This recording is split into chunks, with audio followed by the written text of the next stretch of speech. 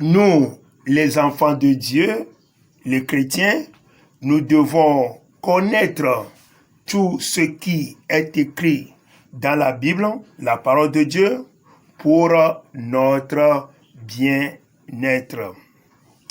Alors, nous devons lire toute la Bible, parce que la parole de Dieu nous dit que mon peuple périt faute de connaissance.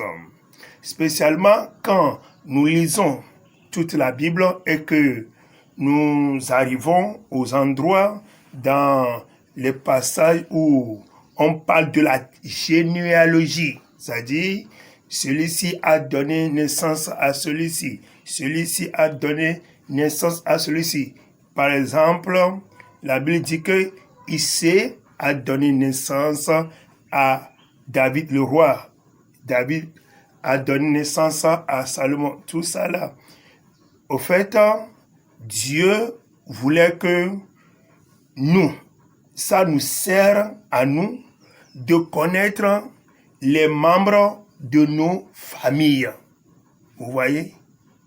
Parce que ne pas connaître les membres de nos familles biologiques, ça peut nous amener beaucoup de problèmes. Et ça peut aussi nous avantager dans certains domaines dans nos vies.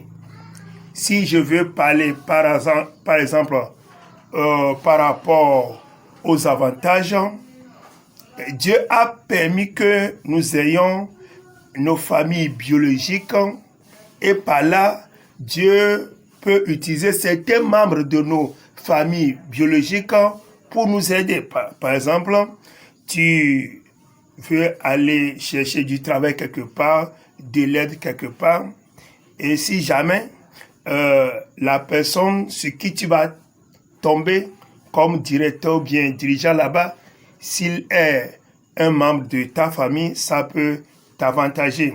Vous voyez? Là, c'est un avantage pour nous. De la même manière, pourquoi nous devons connaître les membres de nos familles? Tu es homme, tu circulais et puis tu trouves une femme au cours de la route et elle est belle à tes yeux, tu veux la prendre, mais elle peut être un membre de ta famille. Comme nous le disons en Afrique, la famille à branlon, vous voyez. De la même manière, tu es une fille, tu es en train de plaire à un garçon, vous voyez. Ce garçon peut être un membre de ta famille. Toi, tu ne sauras pas.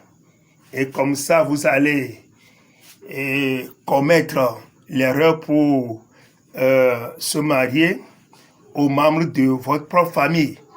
Et c'est ce qui est en réalité l'inceste. Par exemple, nous allons lire quelques passages bibliques par rapport aux généalogies. Dans la Bible, nous allons lire dans le premier livre de Chroniques, chapitre 2, à partir du verset 1, la Bible nous dit « Voici les fils d'Israël, Ruben, Simeon, Lévi, Judas, Issachar, Zabulon, Dan, Joseph, Benjamin, Nephtali, Gad et Azer, fils de Judas, Onan, Shelah, ces trois lui naquirent de la fille Shua, la cananéenne. Premier, né de Judas, était méchant aux yeux de l'Éternel qui le fit mourir. Vous voyez ici, il y a un membre de cette famille qui est méchant. Vous voyez? Donc, quand vous êtes dans une famille, il y a certaines personnes qui sont méchantes parce que nous aurons à confier nos secrets aux membres de nos familles. Et si tu connais bien les membres de ta famille, tu sauras qui est méchant pour ne pas confier tes secrets à lui.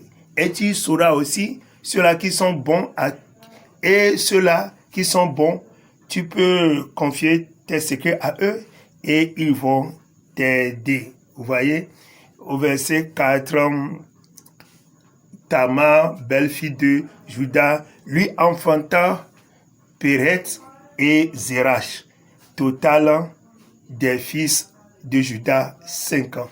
Vous voyez, donc Dieu m'a appris que nous ne devons pas être découragés quand nous voyons certains passages de la Bible où on parle de la généalogie, c'est-à-dire celui-ci a donné fils à celui-ci.